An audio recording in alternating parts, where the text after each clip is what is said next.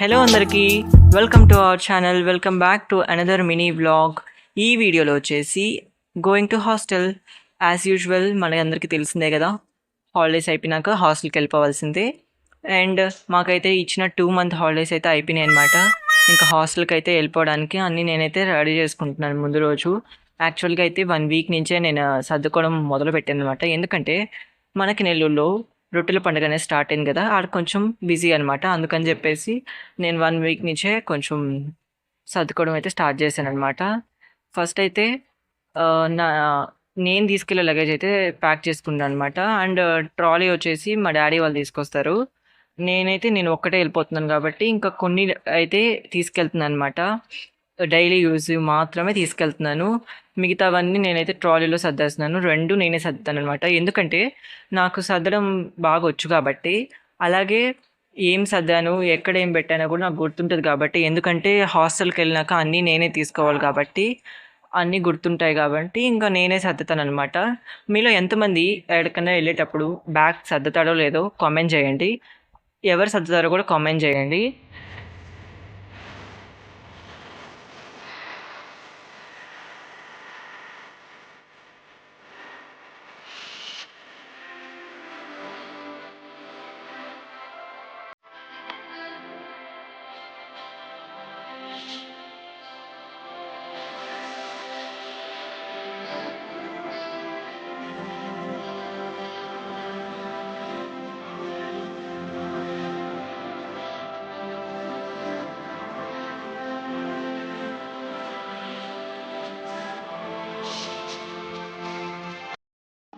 And ఫైనల్గా packing అయితే మొత్తం అయిపోయిందనమాట కాలేజ్కి వెళ్ళడానికి.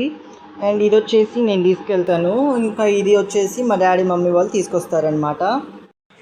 చూస్తున్నారు కదా, నెక్స్ట్ డే అయితే నేనైతే కాలేజ్కి వెళ్ళాలి. మార్నింగ్ 5:30కి అట్లా లేసి. బట్ ముందు రోజు అయితే చూసారు కదా ఎంత బిజీగా ఉన్నానో. మార్నింగ్ నుంచి ఈవినింగ్ వరకు అయితే బిజీగా ఉన్నాను.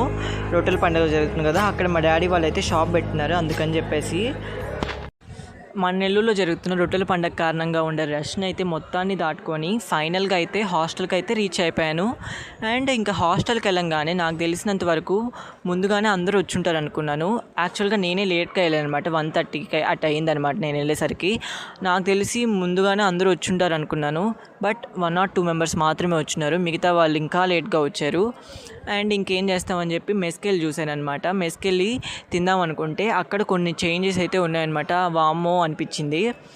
అండ్ ఇంకా దాని తర్వాత అయితే రూమ్ అయితే షిఫ్ట్ అయిపోయి నెక్స్ట్ డే నుంచి ఓరియంటేషన్ క్లాస్లకు అయితే అటెండ్ అయ్యామన్నమాట.